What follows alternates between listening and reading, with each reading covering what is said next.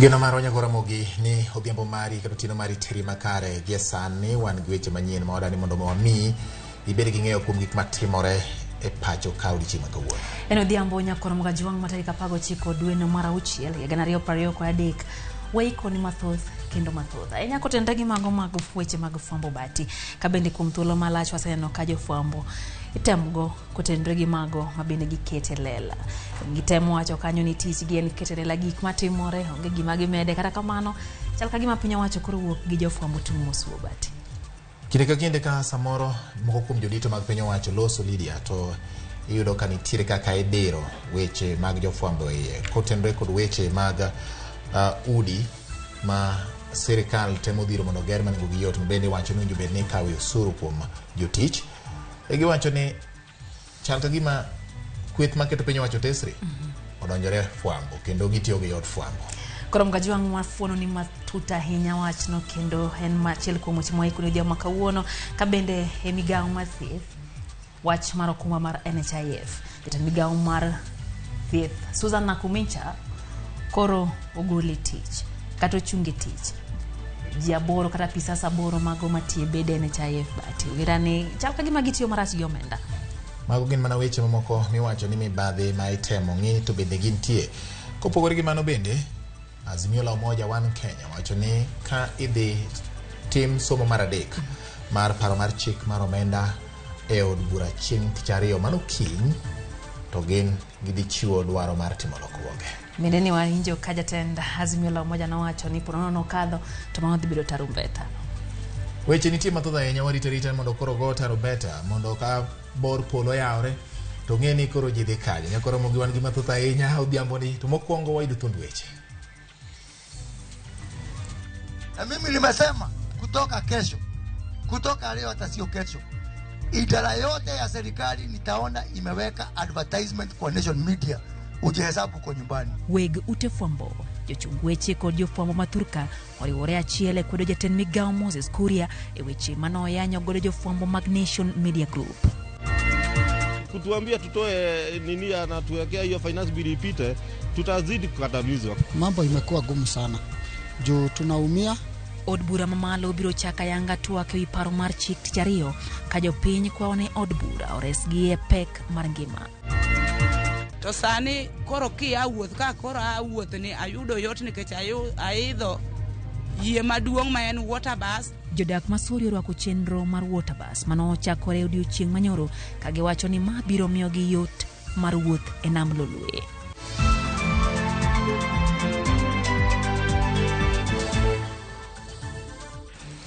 Nyakoro Ramogi machiegni nyalo tudori kodwa e namba 33600 ma en namba marwa mar ote machuo kata bende inyalo dhi e Facebook mar Ramogi TV Kenya, YouTube kaachiel kod Twitter handle @RamogiTVKE. Wan gi mathoth nyakoro Ramogi jaloko marwa e thuolo ni duto iluongo ni Belinda Adhiambo. Nyinga en George Bati.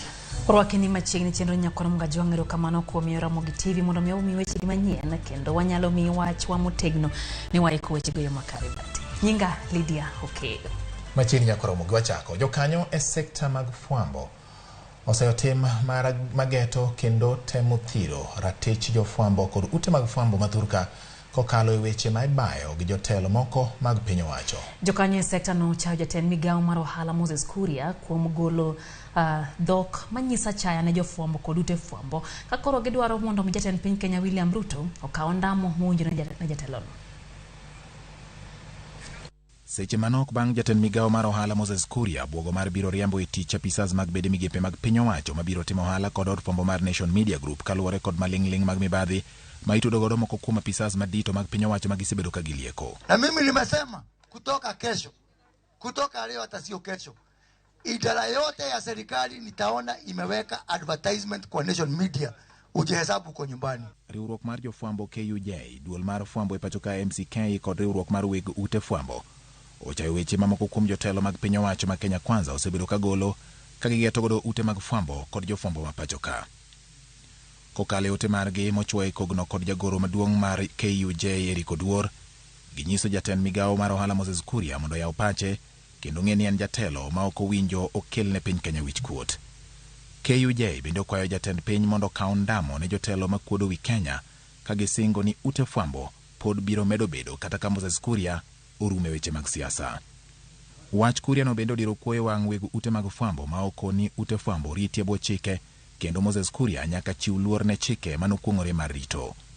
Weg ute fwambo bende okoni jofwambo ni kod ting' mar menyo sirikal kendo nyiso jopiny gik matimore, kendo onge ng'ata mabiro umo dhogi. Gikoni chiko yiene bede migepe mag ji giwegi kod mag piny owacho timo ohala kod ute mag fwambo kaluwore kod chike, kendo ni en wich kuot ni jatend migawo nyalo bwogo kumo jotend bede migepe matimo ohala kod ute mag fwambo. Gikwayo duol mar fwambo e pacho ka MCK mondo non Moses Kuria, kendo ni jatend piny William Ruto nyaka koro donjre wachno. Duol mar fwambo e pacho ka ote margi okoni tim mar bwogo jofwambo kod ute fwambo yo mora mora thiro ratich tij fwambo, kendo ni weche Kuria ok ni kare gi lemo momako. MCK oseyo Kuria kuom temo thuo jopiny kod ute fwambo kokalo weche mag ohala, kendo ne odhi ataro mar kidieny mar 6 mag chike ma pacho ka majiwo bidhruok mar jotelo. Gikoni ute fwambo nyaka mi thuolo mar timo tijgi, kendo ni ute fwambo pod dhi nyime menyo gigo ma piny owacho timo. E kindeno duol mar jochung weche pacho ka mabedo ng'ere kaka Editors Guild ogolo duondgi ka gikoni ute mag fwambo ni kod ting' mar manyo jotelo ma ok owinjo bed ni idiogi ng'ata. Bende ging'iso ng'at mani kod ng'ur e wi lendo mogol kod ute mag fwambo mondo luwre kod yore mag chik ma ok golo weche moko manyisa chaya. Gikoni kinde mag bwogo ute mag fwambo nosekalo, ka koro gidwaro ni mondo Moses Kuria okwa ng'uono e wi dhok manyogolo. E kinde no fwambo mar Nation ma weche Kuria gone geto oseweche jatend migawo no ka gikoni gi kia sigu ma Moses Kuria nego kodgi. Gitudo weche Kuria gidok chien ka gisingo bende mar medo menyo joma nie telo kaluwore kod chike mag ute mag fwambo.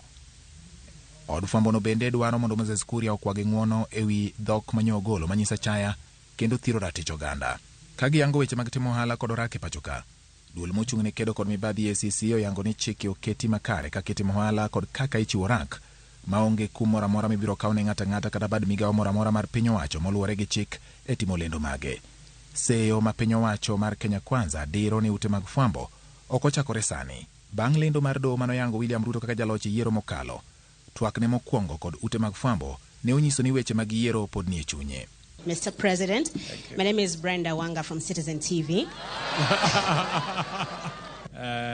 And how is my good friend Leto, by the way? E kinde nyasi margi mar madaraka mokwongo, jalup jatend piny Rigathi Gachagua ne otudo ute fwambo kod temo thiro tij jatend piny, ka jatend piny bende nyocha nomedo tudo ute mag fwambo kod weche madhi nyime piny owacho mare ka otudo gi yiero maduong' mokalo. They are all over shouting and bringing a lot of propaganda which is being enabled by the press, and we don't mind because the press, as you all know, were part and parcel of the Azimio Brigade. The media has spun huge propaganda. Oh, I don't know what. Sometimes we try to understand that the media supported a different candidate and their candidate lost. But surely they should move on. I mean, the election is over. Penjo en ni ang'o ma piny owacho luoro kuom gik ma jofwambo menyo mondo jopiny obede kod ng'eyo. George Bati, Ramogi TV. Ramogi mana kaka nonyis jawroko pachi wach nonyiswa paro maintiere gari adik auchiel no ka bende wantiere mbui kacha nyato YouTube live sama bende weche gi kale achiel kachiel inyalo nyiswa pachi kacha ng'wa somgi kapok watiko chenro makama. Wadhi mbele nyakoro mgajuang jatend piny Kenya Rigathi Gachagua owuok tung' mosuogi ute fwambo motuoni hoto miriambo magise gisayogo sirikand Kenya Kwanza.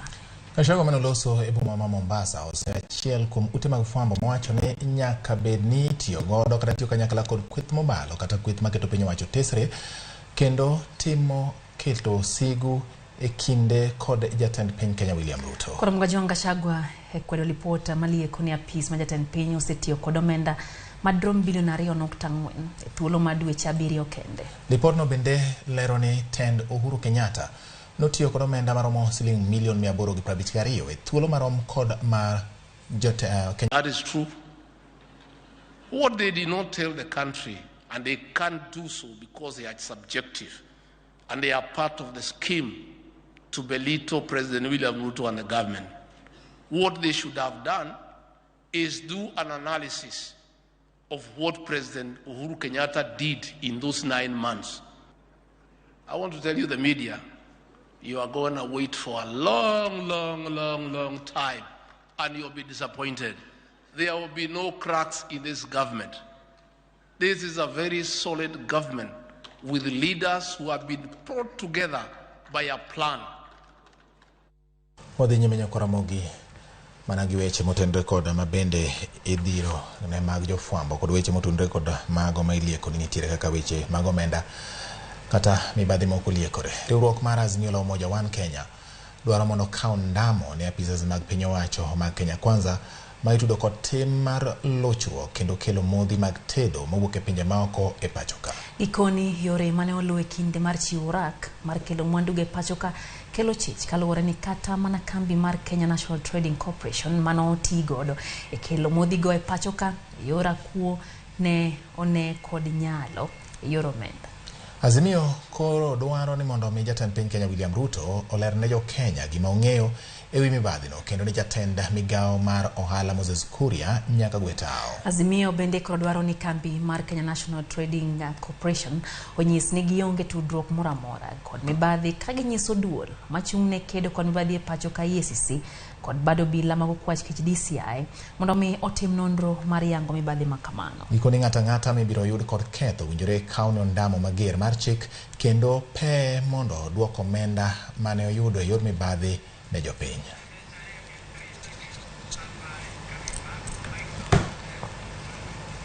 Emago mag thieth nyakwara Mgajwang George. Nosewacho ni jatend migao mar thieth Susan Nakumicha ne ogolo pande. Koro nyiswane ni pande ni okay. Wachango. Kwara Mgajwang jatend migao mar thieth Susan Nakumicha koro chunge tich jotend bede duol mar okumba mar thieth NHIF mar piny owacho maromo 8. Mabang yangore ni jotelogo osebedo ka kwalo okumba mar thiethno ka giriwore kod osiptende moko e pacho kaka Nakumicha bende ogolo chik ne jokanyo mag board mar NHIF mondo mi otim nonro ewi jotelogo kendo ng'eyo matut kit mwandu mane giyudo kata magin godo kaka yor ng'eyo adier ewi weche ma tudogi kod wach mar mibadhino.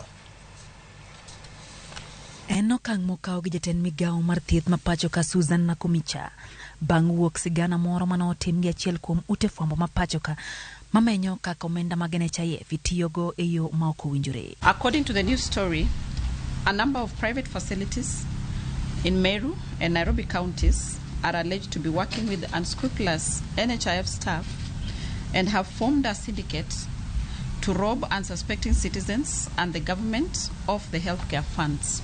The facility owners are accused of having even ferried oblivious patients to hospitals across the 2 said counties, then proceeded to carry out unnecessary procedures on the patients and later used the various procedures as avenues of fleecing patients of their NHIF benefits. Nakumicha ochunge tich jotend bede NHIF 8 kendo golo chik mondo mitimne gi nonro mar ng'e adier ewi wachno kuom thuolo ma seche 48. I have had a meeting this morning with the chair of NHIF board and instructed him that they commence investigations, including inviting the whistleblower to share in details regarding this heartless and ruthless cartel and ask the board to take action against the culpable staff. Bende ogolo chik mar chungo chenro mag thieth e osiptende ma osebedo katiyo gi jotelogo ka jotuo manie kuonde thiethgo bende koro golo chik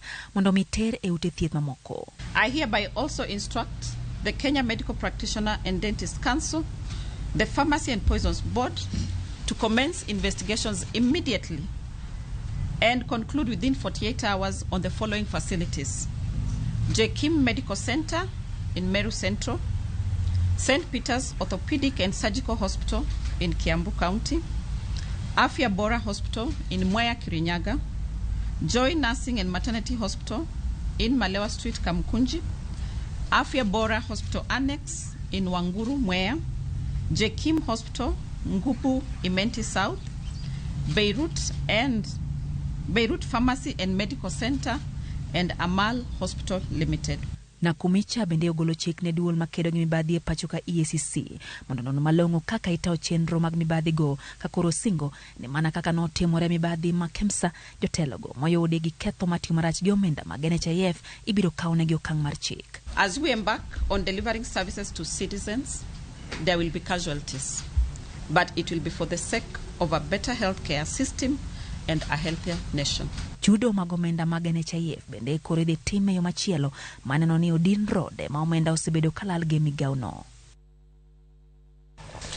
Wasura ne nyime nyako Ramogi owere kod weche ma otende kod mibadhi kod kaka sirikal dhi nyime Lydia wadonje weche motende kod wach mar paro mar twak mar omenda mabende jod bura kinye twage od bura. Bende koro kinye nitie kaka dhi bedo keto wang'wa kendo wasingo menya achiel kachiel nyako Ramogi mar nyisi kaka weche dhi bedo od bura mamalo.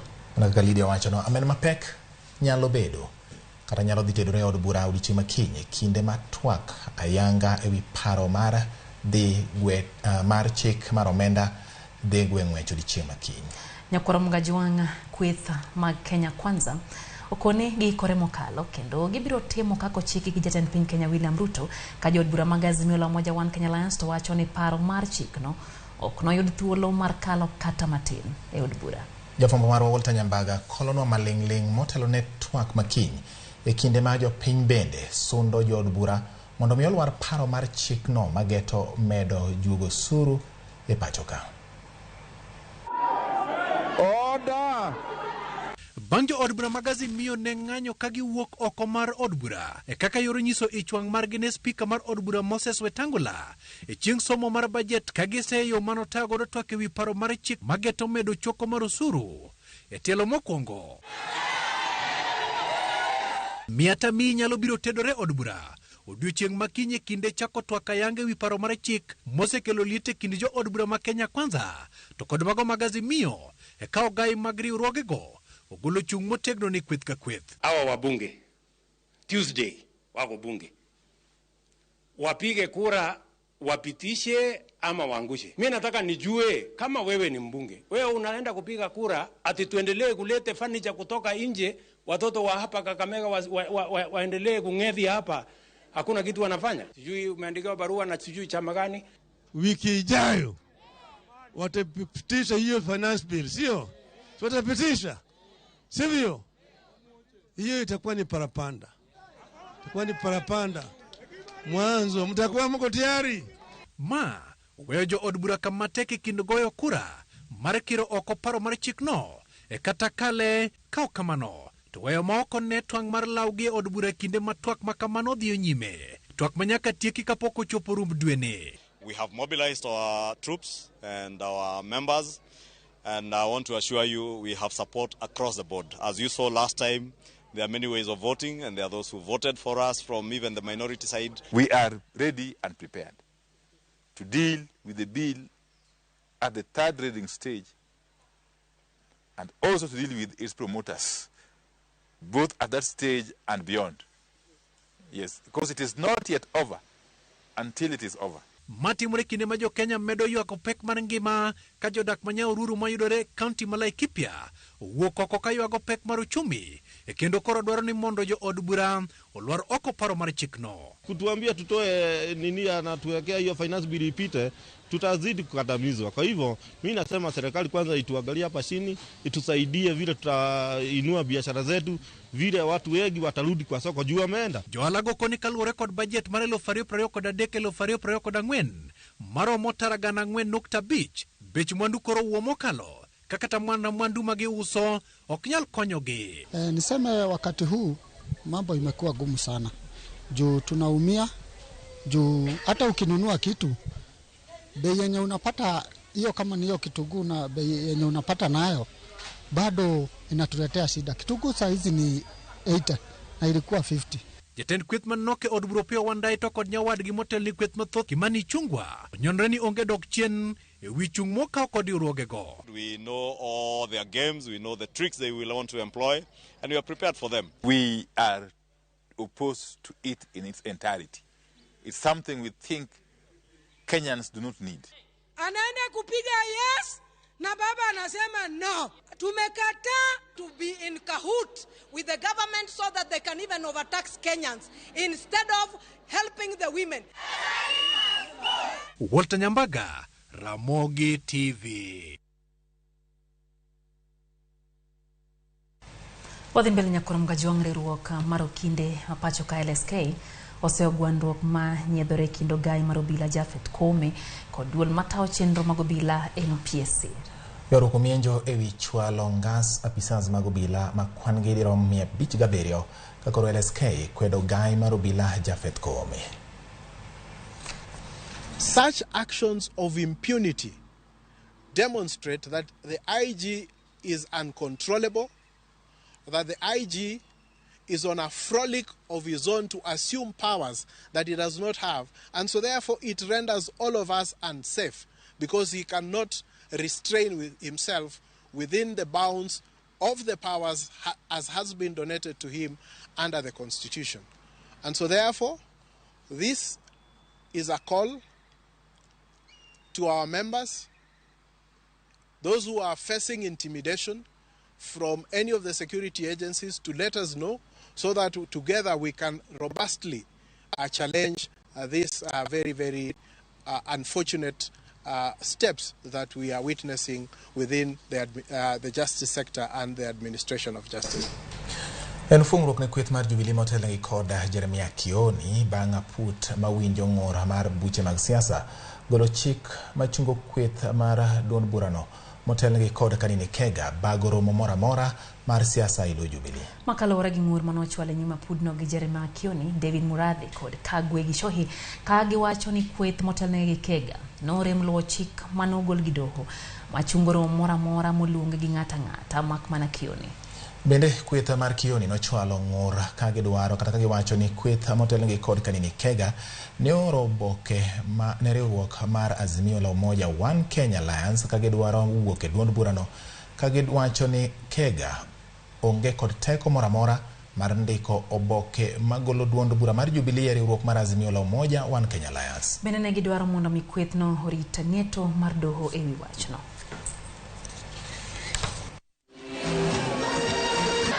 Tusalimiane hewani, habari zenu. Hizi tupoeha.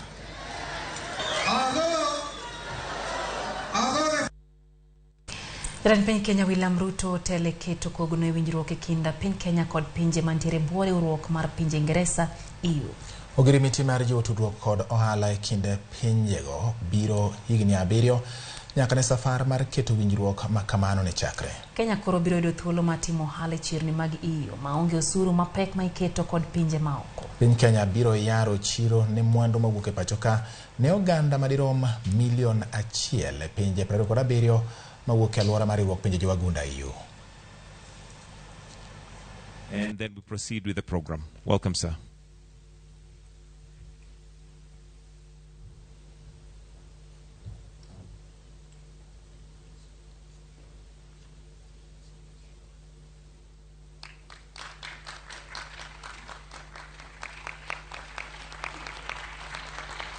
By you signing this agreement with Kenya, we also commit that we will work with our East African partner states, we will work with the 28 African states that are members of the tripartite free trade agreement so that we can bring them on board this agreement subsequently.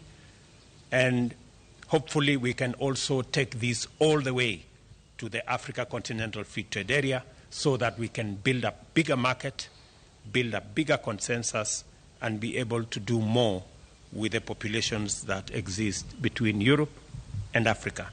Kenya's exports to the EU will be tariff-free from the day one after its entry into force.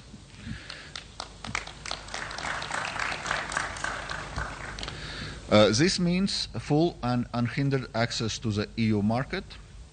This creates strong incentives for trade and for EU companies to invest in Kenya. Indeed, this agreement provides wider incentives for increasing foreign direct investment. It is also accompanied by the trade-related development cooperation. The goal here is to support job creation and sustainable economic growth with a particular focus on micro, small and medium-sized enterprises. Koram ga jong ndeka prayo ka dek bang sadek marotieno chendo eno imorero kamano kuom kete mana ka Ramogi TV kaka pile bati wacho ni wagoero kamano nikech kwa wuoyo kendo ranyisi en nikech wayudo ote modhuro.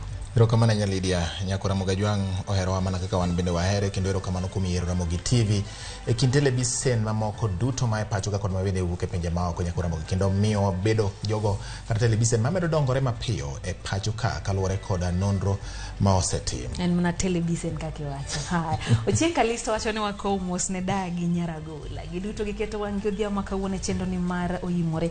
Aneno LC Juma kantie Kisumu wacho ni tiere kodwa nyakwar Jobilo. Bende wacho kanyo ni entiere gwenge mag Maguti School Asego Kanyada. Wacho ni sani warito jod bura to ka gigowa piny to warito Wuod Odinga mondo miyo nyiswa ni tarumbeta sai. Ka jod bura go gi piny to Wuod Odinga chungogi. Wuod Odinga dhi chungogi mane yie ma entiere go. Erokamano nya diki ma koero babaton ngisa ni bati mosna Lydia.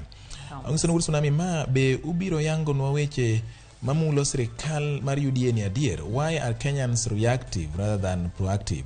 Pilferage of public resources osebedo several times. Ang'o ma osetimore? Ang'o ma osetim mondo din rode mag mibadhi ma irito ka gisetimore korki ketwa gi drama maonge tiende. NHIF to top nyaka nene. Ang'o momiyo everything e Kenya ka yude mibadhi yawa ang'ama noiro Kenya. Steve Nyakora Gai ng'amo iribati okapar ka wantiere gi duoko kata kamano Steve wacho ni King ne moke od bura giketo mana wangi mondo gine kaka dibedo. Unisa Dhiambo wacho ni en bende orito twak makinya no kaito benane no kanyo utimo ya ira Hari Smart Move wacho ni en bende entiere kodwa kata kamano amen makinya mokete wange. King Silensa wacho ni entiere kodwa kata kamano no yudo ajali matin wakwayo chango mapiyo. Kaito Wycliffe Onyango kantie Ogunja Technical bende wacho ni kene school kamano kata kamano goyo wange chendo maro Oimore entiere kodwa sechego. Loch Paul Audi kantiere Mombasa Kiembeni wacho ni ol gi weche mag siasa gitim kaka giero. Gima let na ni chakre tarik achiel dwe manyien gima tie gima no nyiso akacha gima dhi medo mana idho to mana ne jite. Weche wuok Moses Kuria winjo kaune okang' mar ger koro gikalo kiewo ne giseluongo jofwambo kaka joazimio kendo anajiwo ute mag fwambo mondo miyo dhi mbele kod miyo weche matimore kamora mora mano chieng'o mwa mar Kisumu wacho kamano. Erokamano chieng'o mwa in bende kuom golo pachi kaso kanno ka happy Sabath ya kauno wani wuok tich. Haya Frederick erokamano kuom kete wana kera Ramogi TV wacho ni en bende entiere kodwa kaita neno bende ka Morris entiere kanyo gi wach Morris Orondo kaya Migori Town wacho ni gima lit ni jotelo ma wantiere go oketo mana jo Kenya gi empty promises every day. Wacho ni gi threaten media houses to mana kinde ka kinde gima bende ok moro. Buda ka Yesu to wacho ni jotend piny koro nywakonwa kaka jofwambo so wan ema tinde wariambo ka gine gima wacho kanyo to kanyalo wacho. Okay, urubati aworo kaka piny chalo sani simiti achiel romre gi sukari kila 4 aworo chal piny Zado Kurgotoi wacho kamano. Mosna Lydia piny otwele so Nyasaye ma mondo mi okonywa kong'isa ni mano Jelo Mteule Jawero wacho ni wan kode ka otoyo lela wacho ni ma otoyo lela dala mar Ramogi kendo Oimore donjo yo makare in gi wuode gimodhiera en ni uchumi ma Kenya wang'ni. Noah Osweta kaya Karapul Siaya wacho ni Kenya ukisema ukweli unang'olewa meno ipo siku. Wacho kamano.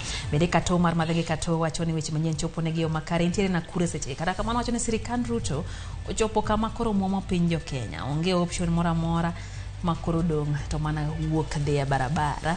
Kaito benana no Albert Guya kantie na Mchumbi ni kodwa Buya Johannes kantie Eldoret kachiel gi Frida Gladys as usual wacho ni osetune in Koga Brano tie nani ni kacha intira seo Kanyada wa Hambla Massive wacho ni bendi seche kintire kodwa eche.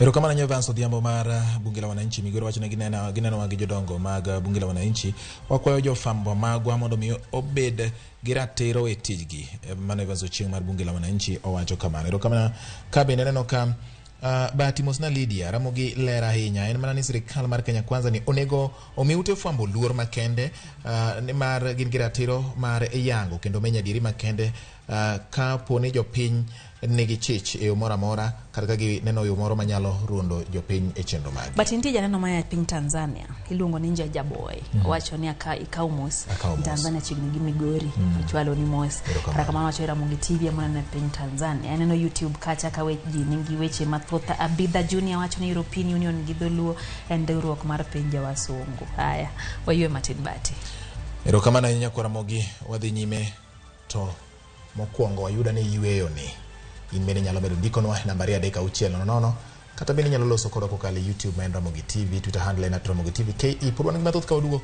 kaka mabiro ni.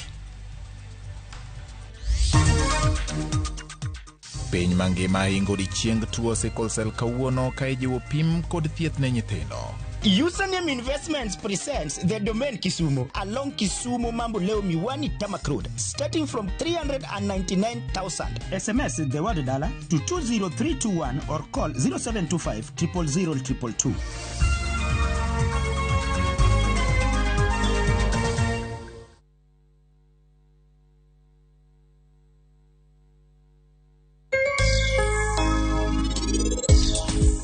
Adwenye sini anapeka.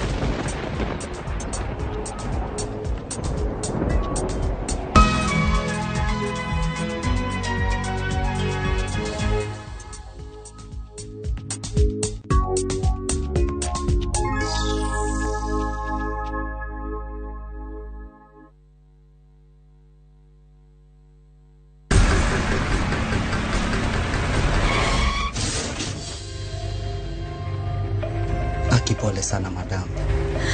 Usijali. Wacha wasiwasi. Jana ni nini mbaya? Unaangusha hadi customer bana. Kuendesha bike bana. Nimemwambia atulie. Atulie hajamumia. Niko na bima boda. Bima boda. Bima boda inaketa kila kitu. Aje sasa. Bills zote za hosi ziko catered for. Chukua simu yako. Una dial *487#, choose insurance. Alafu na select hapo bima boda, fuata hizi instructions zote. Once you pay unapata that party sticker yako instant. Kain gyo kumba mar boda boda mari. Kata kama sira ujuki, one kodi. Kiki baji goi, bang masira. Yudo kumba mar bima boda, ne boda boda ni kawuono. E nengo mo yueyo mar shillings 100 kende. *487*4#. Mondo mi yud bima boda.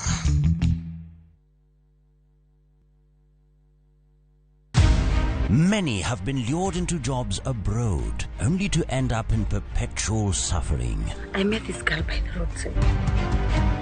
I wish you saw how this girl is desperate. Nimepata mteja mpya for my bureau. Meet Eunice, a naive village girl who is given an opportunity to go and work abroad by Madam K. Nenda Middle East. Ati? When did you even do the application? But is this really a golden opportunity, or will she be one among too many to be lured into the human trafficking syndicate by Madam K and Joe? The parents are caught in the middle. Will they listen to John's side of the story even as he is caught trying to save his girlfriend? We have to leave this place. Enjoy this unfolding story of Madam K only on viewsasa.com. Jijenge na shilingi 1,500 guaranteed kila wiki kwa kucheza Kaende Jackpot. Shiriki kwa kutumia 50 bob pekee, cheza na Autopic kwa kutuma neno KJP kwa 29063. Not for persons under the age of 18. BCLB number 416.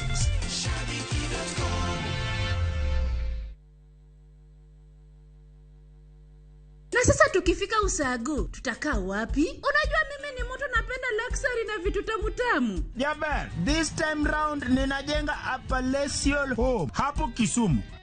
Username Investments presents the domain Kisumu, a prime residential property located along Kisumu Mambo Leo Miwani Tamak Road. Introductory prices starting from 399,000. Booked with only 80,000 shillings. SMS the word dollar to 20321 or call 0725 000 222.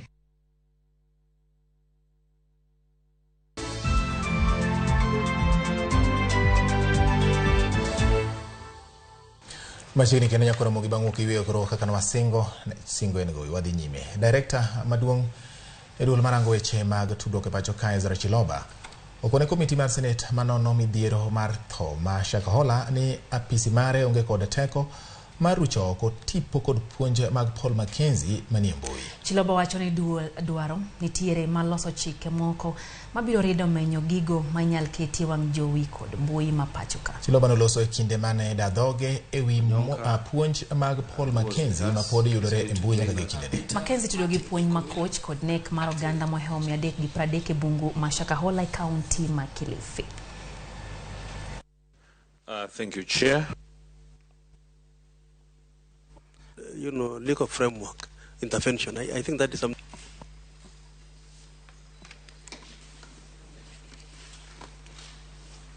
There are things we can do, but the others we can't do. So, and that's why my colleague is here. He'll tell us the mechanism of how we end up pulling down content. And we've supported a lot of even individual members of parliament in terms of that intervention. But it's not done directly by us. We actually have to go back, for example, to identify who is the host of that particular platform. And you will find that a lot of these things that happen in this country are not even hosted here. They're outside our jurisdiction, which means we have to collaborate with our counterparts in other jurisdictions to be able to track down some of those platforms for action to be taken. When you request me to pull down content from Facebook, it does not mean that it's actually my people sitting behind the computer doing it. We have a mechanism of reaching out to Facebook, and they have people behind that who are able now, once they know that this has been flagged by the regulatory agency in a particular jurisdiction, then they enable you to take it down. Kwa mgajwang jodolo hebwaja komre ruok margi county ma Homa Bay Bishop Abraham Sodongo okone pinyo wacho mondo mi homed tego chike matao chenro magalame pachoka mar rieyo ute maglamo eduoko chien wach dinde moko matere kod puonj maoba. Magi ne giwacho kagichiwo pachgi ne aput manuchuo gi jatend piny Kenya William Ruto mara kao pach jodolo kod jokanyo e sectors mamoko ewi kaka owinjo bed ni tayo chenro mag ute lamo mapachoka. Aputno kawuono no bagoro mogi jodole county ma Homa Bay kod ruoge makedo ne ratiro mag oganda mar sumo pachgi ewi kaka inyalo ta chenro magalame e yo makare. Romono mane obagi karomo ma Kabunde Social Hall. And also in social welfare for the community and the country, but there are some who are hiding behind religion. So we have discussed how to avoid abuse or misuse of religion. Wani embaka kata twak kod welo mag task force wayiere nyalodia ni nitiere weche moko nitiere ode moko ma onego bede ni iloso kendo idino. Mokwongo wayudo ni chik mar matayo riwruoge mag lemo osebudho en chik magana 1968. Ekoromogi nok maremo geto ngima oganda mathoth kata keto ngima oganda mathoth kamarach. Omiyo jochiw thieth jiwo oganda mondo mi ogol remo kata gin kod dwaro kata ka gionge kod dwaro. Jafomoro Migori Jojuma miyo walere wi jachiw thieth moro ma osebedo ka golo remo higa ka higa ka bende olero ber mar golo remo. En ngima kendo nok mar remo nyalo kanyo hinyruok e ngima dhano. Remo dwarore ka luwore kod riwruok mang'iyo chenrogo mag thieth e piny mangima. The World Health Organization atamola achiel mar oganda nigi dwaro mar remo e kinde ka kinde. E piny Kenya kae mana pints 280 mag remo ema ogol e higa mar 2021 ka kwan ji maromo 282 906 ne omed remo e thuolono.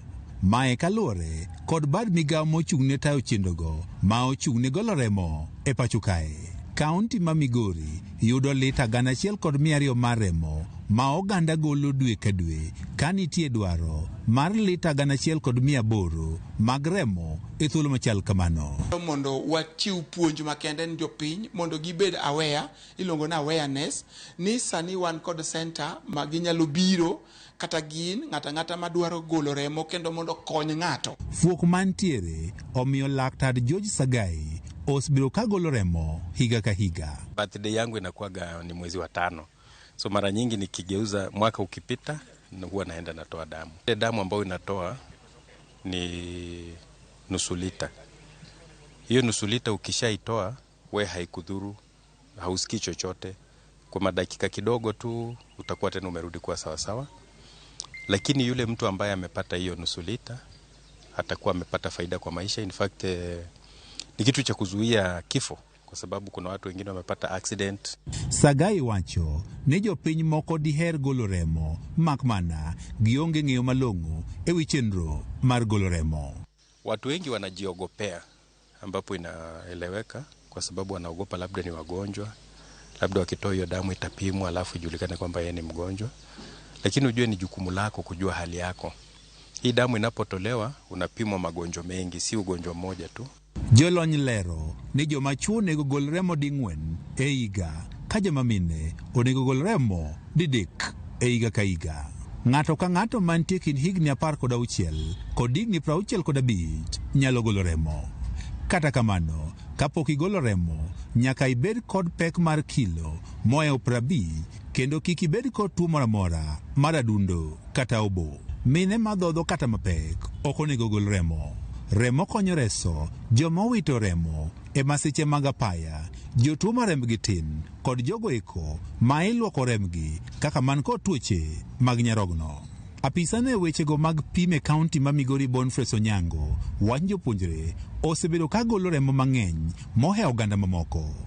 Kata kamano, rem pod nitie. Ago erokamano ni sirikal mar kaunti kuom geronwa center mar remo e Migori. Chon ne waonge kod center mar remo, waketo kang' makama, wadhi e skunde mopogore. E seche ma koro piny owacho mar kaunti ma Migori puonjo oganda mondo gol remo, apisa maduong' e migawo mar thieth e kaunti ma Migori Olsen Otieno wacho ni gisemedo gero kar kano remo kendo nyiewo masinde madhi konyo e kano remo moromo. Tiere the blood satellite ma wan godo kae mo receive blood kata jo piny mondo bi oginane o donate ga remo mabo konyo jotuo cha ne jo moinya bohanse ne country mzima no puodho gi nikech gine mane gigolo remo mang'eny kabisa to koro kiny His Excellency bomiyo gi award nikech gine the best performing school e seche ma waluongo ga ni mondo ji ochiw remo. Oganda ojiw mondo gol remo manyalo konyo gin giwegi kata jotuo mamoko e kinde madwaro mienjo. Juma, Ramogi TV, Migori. Piny mangima hingo chieng' tuo mar remo mar sickle cell ka ijiwo pim machon ne nyithindo matindo. Piny Kenya medo go kange kedo kod sickle cell anemia kama oting'o bero pim kod thieth ne jotuo. Juma mokalo lakteche ma pachoka notimo bero mokwongo mar ondhudho makoro oreso nyathi ma jahigni 3 mane nigi tuo mar remo.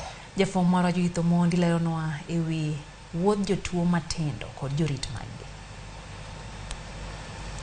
Nyathina ni kana nanyuole ka nyathi maber kabisa kendo ne nyathi mopugno kendo ne nyathi ma nigi sura maber kaka jomoko. Sani an gi higni 21 nonyuola 2002 to condition mar sickle cell disease nofweny ni an go kan gi dweche 9. Bonsevic Otieno en rawera ma osekedo kod tuo mar remo mar sickle cell nyaka ne fwenyi tuo no kuome ka en jadweche 9 kende.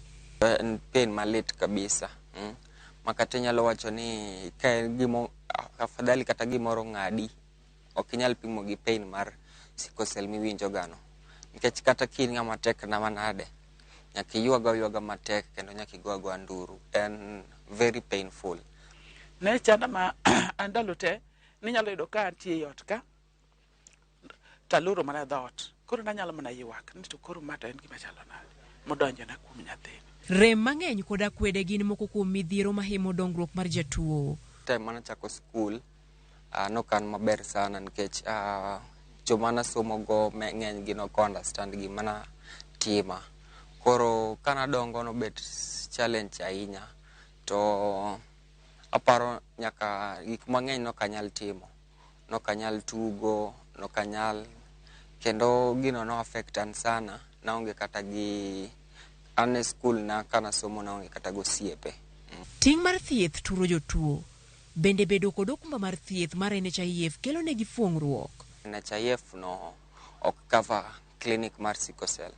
koro koki en dhi e clinic yudo yath bet matek gi checkups gi mondo ing'e kaka i progress betek. Koro magi gik manengo sirikal ne kaka konyo wae. Kata kamano, Savik koni onano e sombe ka ogeno yudo sir mar chwalo sombe. Are you okay? Yes. Kamachielo, walimo obila Kasemuraya. Janyuol ma nyathine ne ofweny kod tuo mar remo ma kisungu yango kaka plastic anemia. Ma en tuo mar remo ma ketho ondhudho kendo weyo ka ok onyal loso nyinyo mag remo machwalo muya mar oksijen gi mago makedo kod tuoche. Jotuo nyalo yudo resruok ka oloknegi ondhudho. Mano e yo mar thieth mane Muraya oluwo mar reso nyathine ma jahiga 3. Dweche 4 mokalo, nyathino ne ok nyal kata mana chung'. Bang' bero mane otimne osiptal ma Nairobi West, wuoyi matin sani nyalo tugo, ochiemo kendo jonyuol ne bende mor. Madaktari wakati walivyomfanyia vipimo kadhaa, madaktari waligundua kuwa bone marrow yake haifanyi kitu kabisa, haina kitu kabisa, na ukweli mwisho wa matibabu mtoto ako sawa, ametibiwa vizuri, amepona kabisa. Bende nitie ni loko ondhudho nyalo timore e Kenya ka ne jotuo mag sickle cell. The only treatment and for only cure is to have bone marrow transplant. It ranges from anything from 3.2 million to about 5 million. It's quite a range because every patient is unique. Kwan nyithindo maromo 14,000 inyuolo kod tuo mar remo mar sickle cell higa ka higa. Nonro yango ni thoth nyithindo wito ngimagi nikech tuoche mabiro kaluwore kod sickle cell kata kapok ofweny ne gin kod tuono. Judith Omondi, Ramogi TV. Kapodonge mago mag thieth nyakuram gajwang migawo ma thieth kuom tudruok kod riwruok mar LVCT oyango chenro mag geno duoko chien landruok mag kute mag ayaki e kind oganda ma pacho ka. Chenro biro nywako nonro ewi tiyo kod yedhe mageng'o gamo tuono mong'ere kaka PrEP e kind okenge mamoko. Nonro geto rawere ahinya to manyiri kod mine kaunti za dek moriwo Kisumu, Nairobi gi Mombasa. Ereta mako jole chenro mar thieth Patrick Amoth olero ni nonro ibiro tim e counties go kaluwore kod landruok mamalo mag kute mag ayaki e counties go. Migawo ma thieth osebedo kalero ni landruok kute mag ayaki osebedo kamedre e kind rawere ma Turka. We chose the 3 countries because of the burden of disease. And you know, HIV infections have been rising, especially among the youth and adolescent population. And therefore, we need to do this study to be able to inform us in terms of policy development and also new interventions that we need to put in place to break the cycle of new HIV infections. That is the fundamental of the studies, be able to visualize whether the oral PrEP is what will be preferred or whether they'll be able to prefer the ring. Nonro nieri abiro tiyo gi nyiri gi mon. Watiyo Kisumu County, Mombasa gi Nairobi County. To magi eki counties ma waneno ni kaka Kisumu tuo mar ayaki wawacho ni prevalence en 17. To mano ni malo ahinya king'iyo prevalence mar Kenya. Koro mondo wakony kelo infections go piny, nyaka wakel yedhe moko ma ng'ato nyalo neno ni nyalo konye mondo gigeng' godo tuo mar ayaki. We are going to look at entry of new products, that is the beveling ring, which is still at the stage of the implementation study. And soon thereafter, once the Kabele is introduced is registered by PPB, then we are also going to include it in the study so that we can be able to see the various factors that influence the choice of the prevention methods. Jowuoth kod johala orwako wuodhe mag water bus mochakore kawuono e dho wath Masori. Username Investments presents the domain Kisumu along Kisumu Mamboleo Miwani Tamak Road, starting from 399,000. SMS the word dollar to 20321 or call 0725 000 222.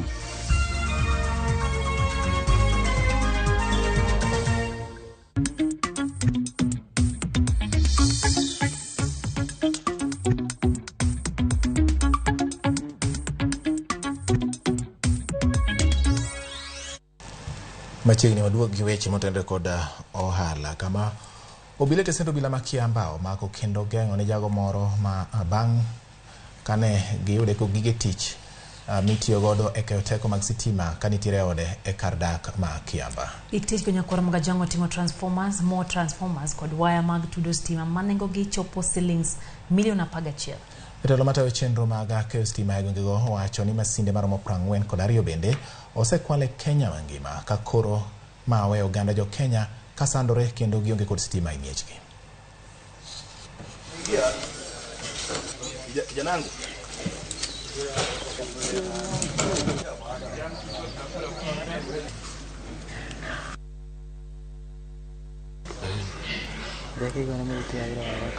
We have said we are not going to rule anything out.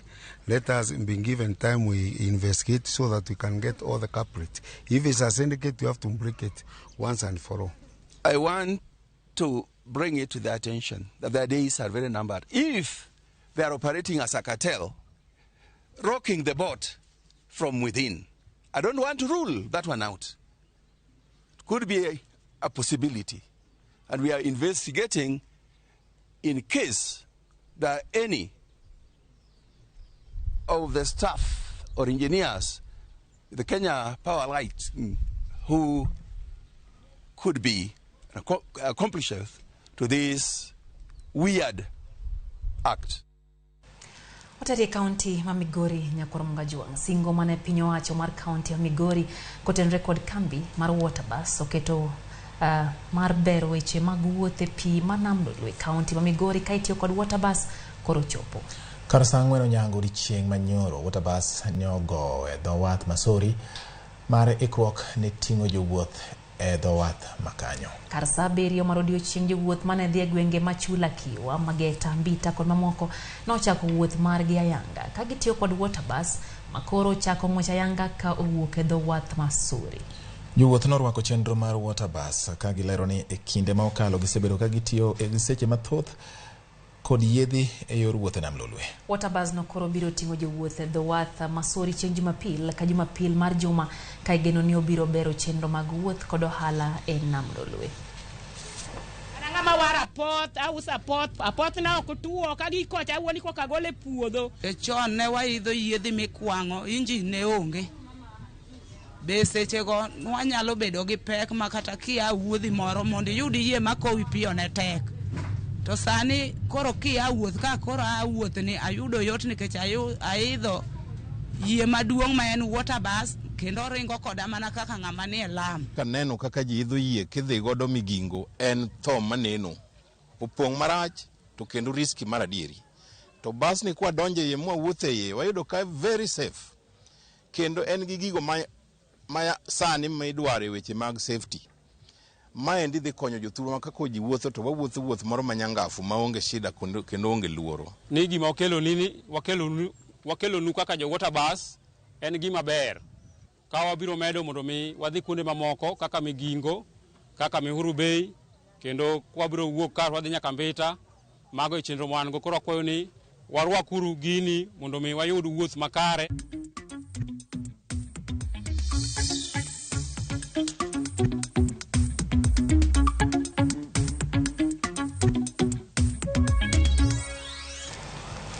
Enthuolo kendo nyakwara mgajuang mwako yo machoka na kamano wasingo so moko kum ote magi kapok wa yuyo bati.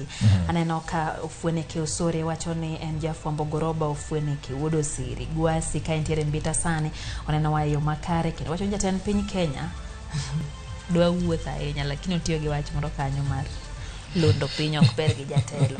Aya neno ka Geoffrey Ochieng wacho ni en bende entiere ka en bende entiere Mbita wacho ni pinye maracha ahinya kendo giywago peka mar ngima. Bende aneno kanyo ka MC Sosieza Sospito Mondi Obwanda ka entiere Ngue Telebise no wacho ni lere yo makare. Deriko Komo to wacho ni entiere Kirinyaga County okete mana ka chendo ne kata kamano wacho ni Wakomo ne men gi Masiliana Okomo kantie Sangla Magunga kama bende oketo mana wange Ramogi TV bati. Ka ndi bende entiere no Peter Owino ka ukenge bag ngodhe sirikanda ruto ni tek. Manyaga koro ji mana dengi kendo ji donje puothe mondo wapur sani piny ochiek kaluo oduma adek pongo gorogoro kanisni to kik wayao mag miriambo mano e ohala madhi mbele sani ko wacho. Fred wacho kani chanjo moro timore Migori e skunde to penjo ni en marang'o. ne wakonygi. Paro ne wabiro tudo gi Jojuma mondo nimi waler machal kod mano. Stephen Odhiambo to poya ni sani signal ler mokalo mar Ramogi TV kendo chopo ne ge makare. Okuku Victor kantie Bondo Town bende wacho ni piny kata tek duto awene Jehova Nyasaye. Ngene jo Bondo jomoero Nyasaye duto giwene ruoth. Hivi kama kwenge bakugwethi Masai wacho ni Kuria we walo gi jofuambo ok jofuambo kumbasne mane gima wacho kamano. Austin Ongoko Jawaya wude Ndiru Kagan Odido Simba Nyiri wacho ni en wuon omora anya gi weche manyien kaka dhi nyime gi sani. Kamano Susan Adhiambo Chieng jopiny ywak to podi nyaka higni 10 joluo wamakre uru mondo mi wajolre uru odwa tek ahinya. Otis Nyakwanyawade kantie Sindo Mwalo wacho nomora nya gi Ramogi TV kendo weche gichopo ne gi makare.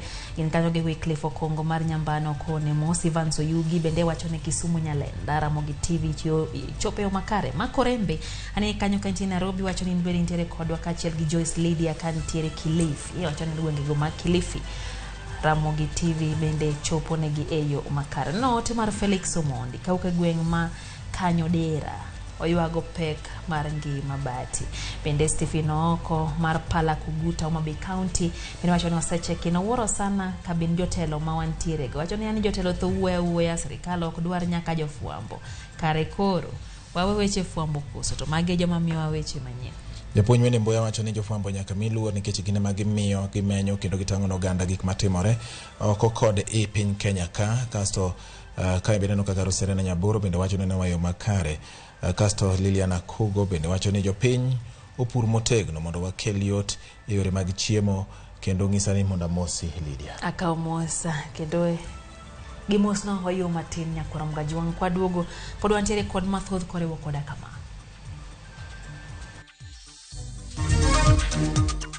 Club mar Migori Youth nyiso geno mar donjo e lig maduong' mar adhula pachoka KPL. Username Investments presents the domain Kisumu along Kisumu Mambo Leo Miwani Tamak Road starting from 399,000. SMS the word dollar to 20321 or call 0725 000 222.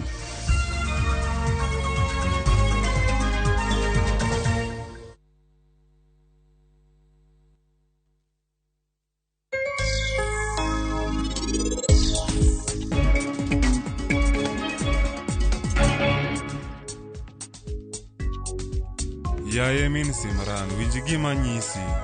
Inikri aika. Achiegni chopo kanyo.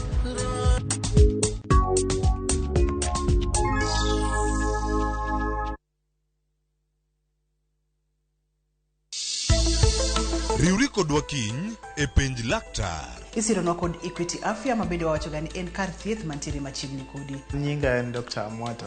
Amwata Ian and daktari Equity Afya Masiaya. Kawa wuoyo e wi tuo mar sickle cell. Kuonde ma malaria ng'enye to be ma sickle cell be ng'enye. Koro sickle cell en response ma dendwa temo mondo wa avoid go malaria. Penj laktar. Sa 12 odhiambo kik bai.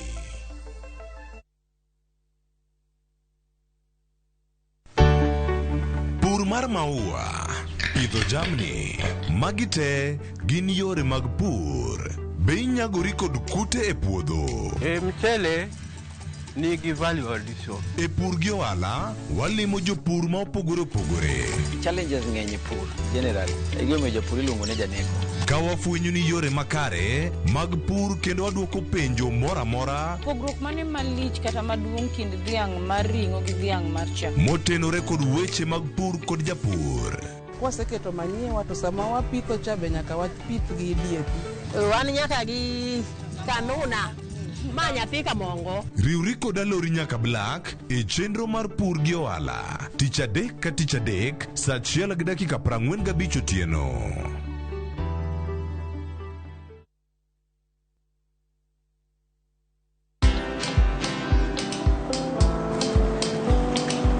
Niaje? Ni kama unashangaa kwa nini naangalia simu with so much focus eh? Usishangae sana. Nimekuwa ndani ya story kabisa. Ni kama ile ya juzi. Ni kama nilikuwa hapo iki happen. And when this new market was being opened, ni kama nilikuwa hapo tu. Hata vile local tourists for a special rate at the coast. I was there. And when this new road was being commissioned, I was right there. Na hata wewe, unaweza kuwa na story, wherever you are. Just download Citizen Digital. Stay informed on all the news and events as they happen across the country, the continent, and the world at large. Download Citizen Digital, Kenya's #1 news app. Jijenge na shilingi 1500 guaranteed kila wiki kwa kucheza Kaende Jackpot. Shiriki kwa kutumia 50 bob pekee, cheza na Autopic kwa kutuma neno KJP kwa 29063. Not for persons under the age of 18. BCLB number 416.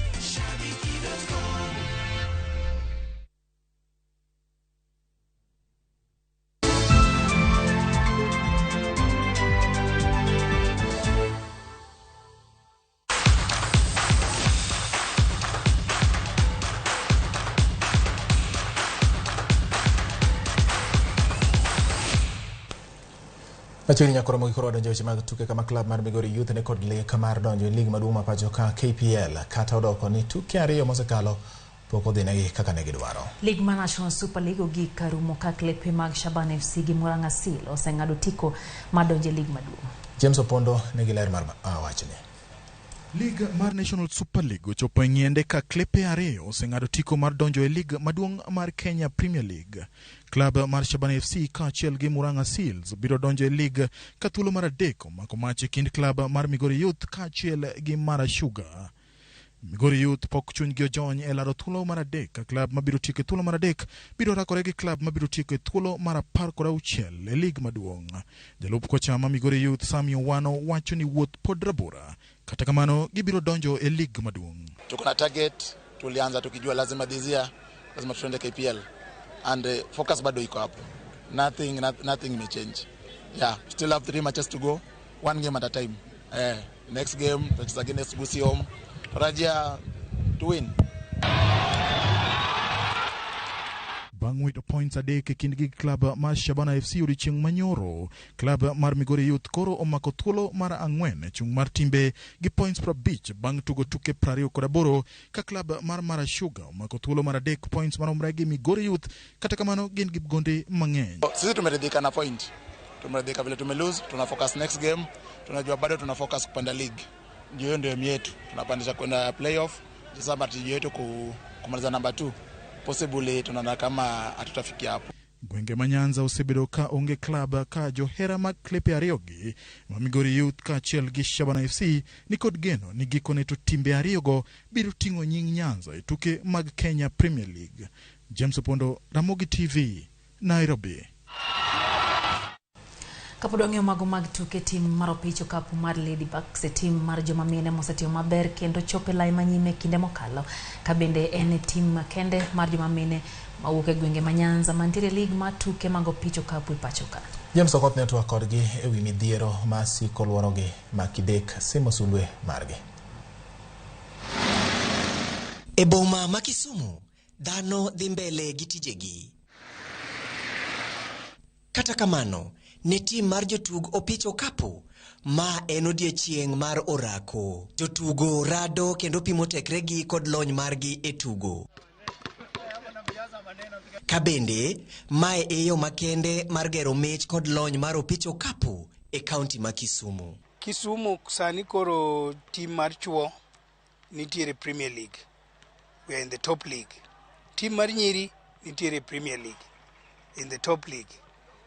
To ginene ka season chako waseiko kendo tim moro achiel mar chuo madonje Division 1. Tim mar Ladybugs en achiel kuom timbe mag opich okapu kendo en mar joma mine modak kendo tiyo tije mopogore. Lisa Odhiambo en achiel kuom jotugo kendo olero ting' mar bedo achiel kuom jotugo e timno, ka bende ogoyonwa mbaka kokalo kuom midhiero ma timno kaachiel gi jotugo kaloe. Koro pesa matin ma wan godo no emi yudo ka wakaw kendo sama wan gi game to untie kaka wagole ufukwa to wadhi tugo godo. To king'iyo maber, aparo ni koro wan mana next to KPA. That is the threat team ma nyalo bedo ni miyo washid. To nikech koro pod wan jok ma self sponsor themselves obedo matek nikech samoro pesa miyudo ok nyal romi balance. Jotugo gin kewegi.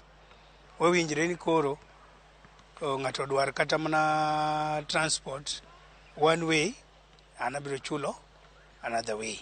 Koro wasebedo ka wadhach kamano. Nitie osiepe makonyowa ka gi kacha ka gin go.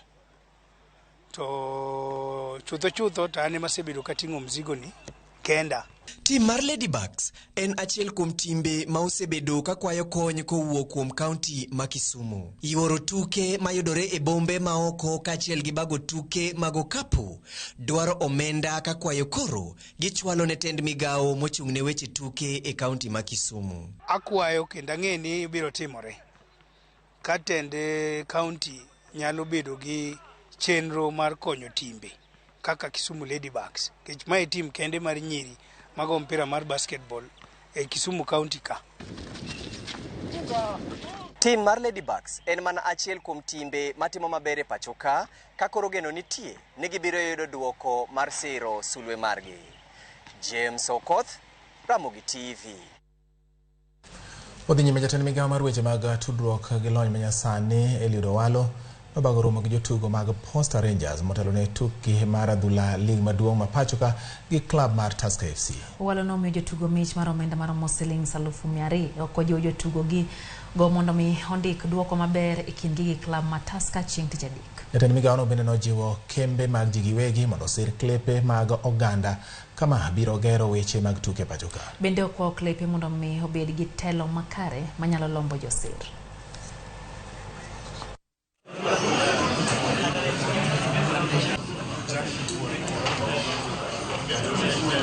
The private sector will not put its money in football if we don't have a framework that ensures good governance.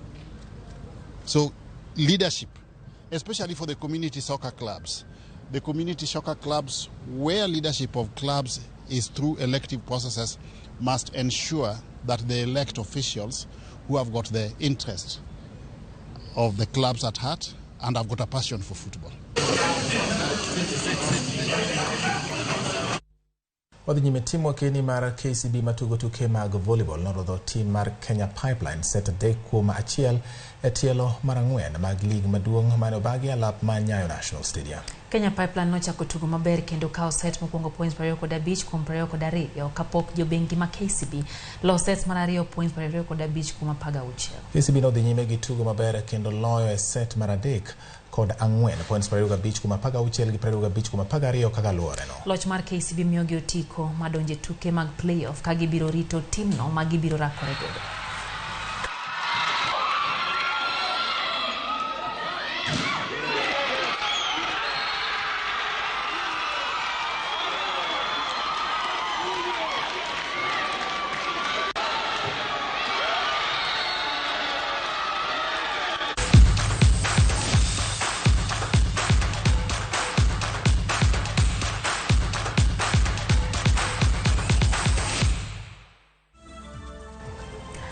Wacho pile ni onge man gi chakruok monge giko bati. Duto mochaki. Chope giko margi. Yakwara mogi wan bede. Mane mokelo e giko mar weche manyien mag Oimore. Neno kanyote mar Pastor Elizabeth wacho ni kao mos. Akao mos mama. Haya, nyakora mkajwang ne waketo mokibui kacha wacho oso matin kapoko tiko bati. Yes. Eriko komu wacho kanyoni entiere kodwa e chendro kaito Bilale Salima Makomare kantiere gwenge manowe. Wacho ni entiere kodwa wacho ni ene pinje maoko. Ivan Soliela ni kacha ka entiere Kaboch kato rume wa mera wacho ni omabechu waka adiedo pacho Ramogi TV chope yo makare Odinga Virgel bende wacho ni entiere kodwa kanyo kato Mary Wea bena ni kanyo kato Vitalis Ochieng Wood Game Kalariu to wacho ni nyaka jotelo mane ongega Kinya wadwa ni mondo wanegi sia bende kore bro goyo twake od bura to sirikand Kenya Kwanza oweregi ute fuamo gimagi timogo ok gin gima beyo ni kik wawinj kendo ni mago timore ndalo mag dictatorship no sekalo golo wach mager kata kamano en mani koro teko ni elwet nga. Japuonj Evans Agaya wacho ni moro ahinya kaka okelo weche manyien kendo more ahinya ka endi binano ka Jaro Soja wacho ni en owuon owuok e bungu lamo ne Gor Mahia kendo kwayo johera mag Ogalo mondo odhi ochop Kasarani mapong' thich mondo kaber to ka Nyasaye oyie gi kaw lig. Samuel Wodamani wacho ni games naga massive sia county Ramogi chopo ne geyo makare kata kamano nyo sirikal koro were kod jo media mos nikech jofwambo wacho kendo kelo mana gik madier kendo motimore gi evidence nyaka video. Koro wacho ni onge miriamo ma jofwambo wacho kata kamano of puoyo oral media services kuom tich makare. Ka iluongo ni Pablo Marquez wacho ni amora nyagira Ramogi TV bata kwayo jotelo ne gitema te gikednwa kwe Kenya ka gichak gik moko machiego adhola ma osechango Nyasaye mondo mi okony Kenya mapiyo kapok Yesu duogo. Eunice Nyakodonga ni kache wacho ni Londia ni Ramogi TV chopo no yo makare bende aneno kanyo ote mar Geoffrey Oguka ka en wacho ne nawa managa ngoch tiang.